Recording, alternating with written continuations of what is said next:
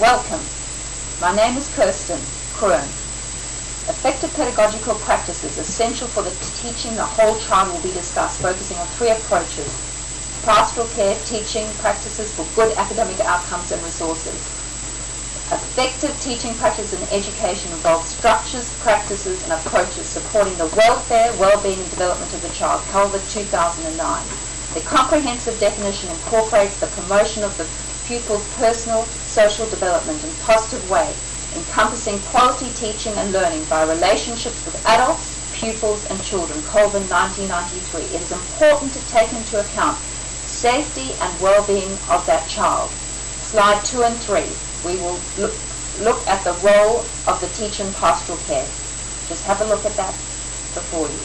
The well-being of the child is how he or she functions with the characteristics they have, as a child may have a learning disorder and may not be able to do the same tasks as other children. They may require more resources.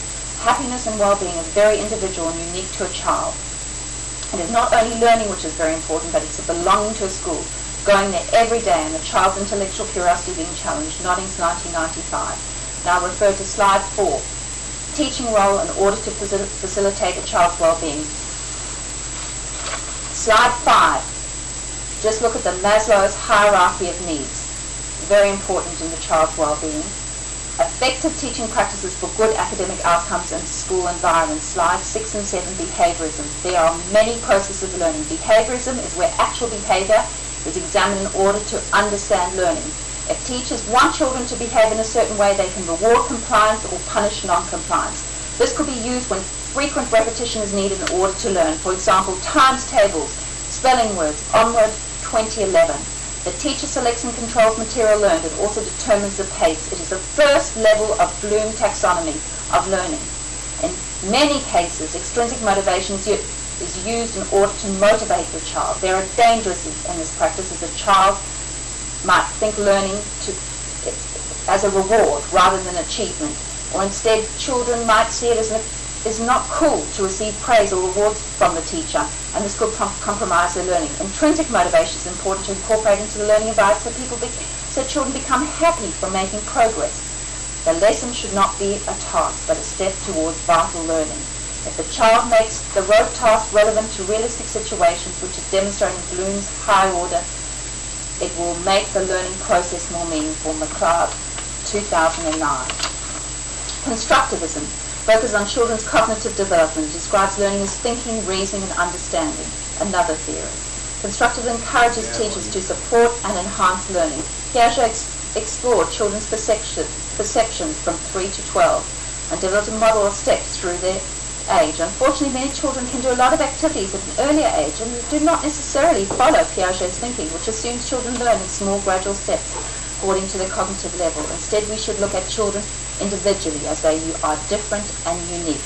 Some teachers might apply this model to their teaching, thinking it's too early to move on from this point because they're too young, Eisenberg 2006. However, teachers should assess a child holistically, taking into account their social, ethnic background, gender, size, and conduct, matching the challenge to the individual child, and having an accurate idea of what they know and can do.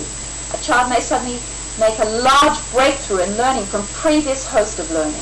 In order for learning theory to work effectively, teachers should select the material, methods of learning and teaching, so children can learn in defined areas.